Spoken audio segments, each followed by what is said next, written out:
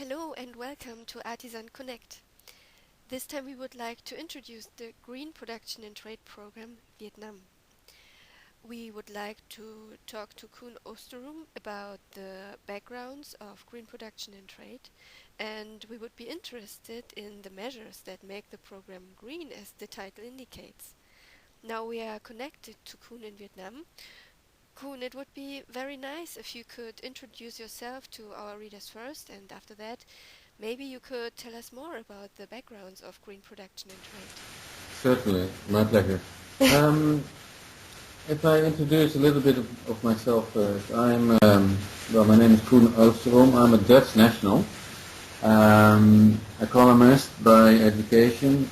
I've been working for the International Trade Center since 2004, early 2004,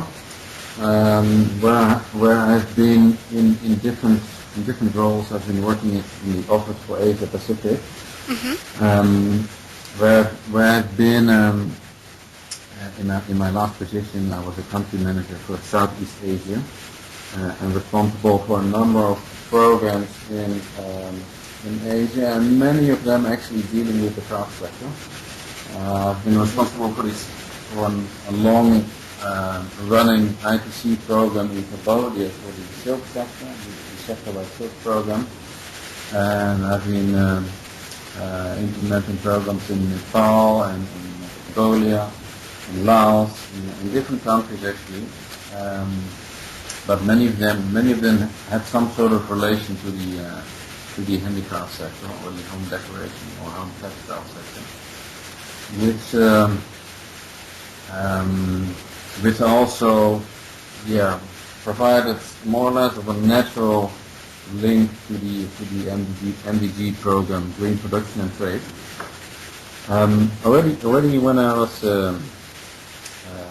still in ITC in Geneva, ITC was responsible for the elaboration or the facilitation, I should say, of a craft sector export strategy, Yes. which was done together with Viettrade, the Vietnam National Trade Promotion Agency. This craft sector export strategy was part of the national export strategy that was being developed by Viettrade and facilitated by ITC. And this sector export strategy was approved by the government in 2007. And many of the recommendations of the strategy are actually progressively being implemented.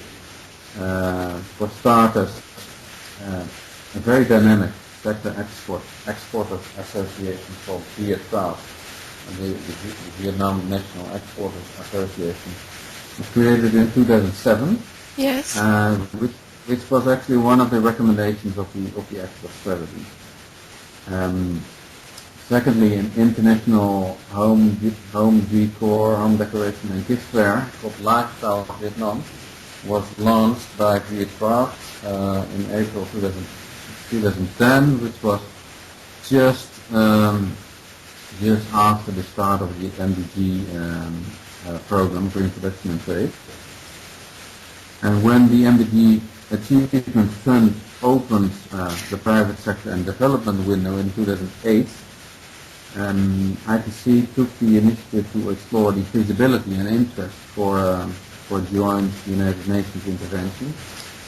A concept note was elaborated following a visit of ITC to Hanoi in 2008, and the concept note was developed following quite broad-based consultations in a number of provinces that were selected. Benefited also from input from Viettrade and Viettrade, and of course the different UN organizations that were part of the program. The concept note was accepted by the fund, by the MDG Achievement Fund, and eventually the program started in early 2010. Okay. Thank you. And one of the aims of the MDG Fund is the closer cooperation of the UN agencies. Now I would like to ask you, Who are the other joint agencies of the program, and do you think the multi-agency approach adds value?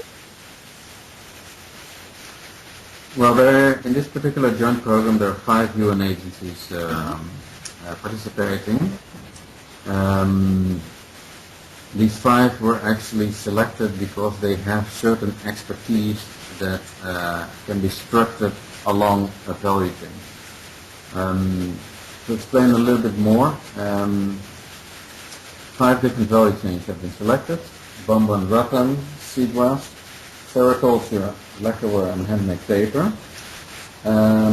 These 5 value chains have a number, all come with a number of different constraints, ranging from depletion, but also limited availability of raw material, low environmental awareness, low awareness also, and innovation when it comes to product development and sustainable design, a lack of basic business management and entrepreneurial skills, both at the level of household and companies, lacking understanding and good practices basically when it comes to labor and working conditions, limited availability to find and analyze market information, and build linkages, build sustainable market linkages.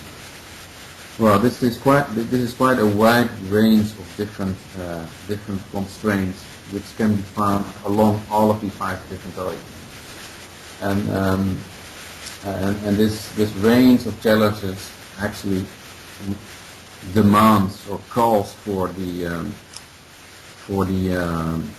expertise and the assistance from a range of different UN organizations also. And that's why it can be best addressed by a joint program which actually combines the core competencies of a number of relevant UN organizations, working both from the raw material production, which is FAO in this case, to ILO, which has specific expertise on labor conditions, working conditions, on business management training, to UNIDO, which is very strong on things like cleaner production,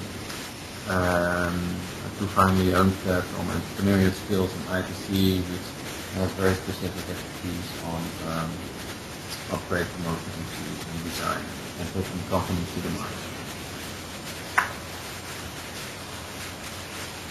Okay. Now we know a lot about the background of the program. Could you tell us a little bit more about the project beneficiaries? Certainly. So the program aims to increase income and employment opportunities for about 4,800 poor farming and crop-producing households in 4 provinces in the northern part of Vietnam. These provinces are Phu Tho, Hao Binh, Thanh Hoa, and Nay Am. And these provinces were selected because there is a high incidence of poverty, especially among ethnic minorities, which are traditionally still among the most disadvantaged groups of society in Vietnam. In addition, there is a concentration of raw material. There is an availability, and there is cultivation of raw material. And there is, at the same time, there is also a large number of households that are engaged with craft production. And thirdly, well, these 4 provinces were selected because there are good prospects for building synergies with different fast and ongoing development activities. So these 4,800 households are either engaged with growing of the raw material in the 5 value chains that I mentioned, bamboo and rattan, seagrass, sericulture, lacquerware, and handmade paper, or they are directly engaged with the production of handicrafts. About 2,500 are farming households, plus another 2,300 households that are working on craft production. Many of these, as I mentioned, are considered poor. Actually, more than 40% of the beneficiaries are formally considered poor in accordance with the national poverty line of Vietnam, which is 400,000 Vietnamese dong per capita per month, which comes down to about 0.6 US dollar per day, so which is considerably below the international set poverty line of $1 per day. So a very high incidence of poor households that are among the beneficiaries. In addition to this household, close to 5,000 households, we work with about 50 companies which are sourcing either the raw material or the handicraft from households in the provinces that we work with. So there are about 30 companies that are based in the 4 provinces itself, and in addition to that there are about 20 companies in Hanoi and the vicinity of Hanoi, which are also sourced from either second-tier suppliers or directly from households in the province. Okay. And with regards to these poor communities and companies you are cooperating with, what are the main achievements until now? Well, to date, the program, the program started in, let's say, around mid-2010. Especially in 2011, so last year, the program delivered a lot of training to households, training on business management skills, occupational safety and health, business group formation. So training was delivered to about 1,500 craft producing households. In addition to that, about 1,300 farmers have received specific training on the planting, cultivation and harvesting of raw material. And many of these also receive some sort of support in terms of provision of seedlings and fertilizers. Well, all of these activities contribute to improved conditions for employment and income generation for the households concerned. At the level of the companies, we have done a lot in terms of bringing in foreign designers. Considerable efforts were made in order to assist these companies to develop new sustainable product collections. And combined with training and participation in international trade fairs, both in Vietnam as well as in China, in the US.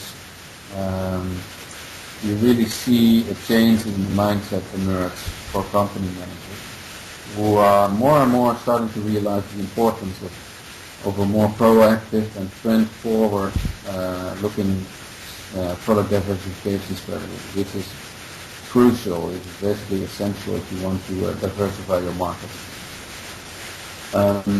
New collections were put on display during Livestock Vietnam, which is an upcoming International Home Decor and Gift Fair in Vietnam, which is in Ho Chi Minh City, which is held every year in April in Ho Chi Minh City.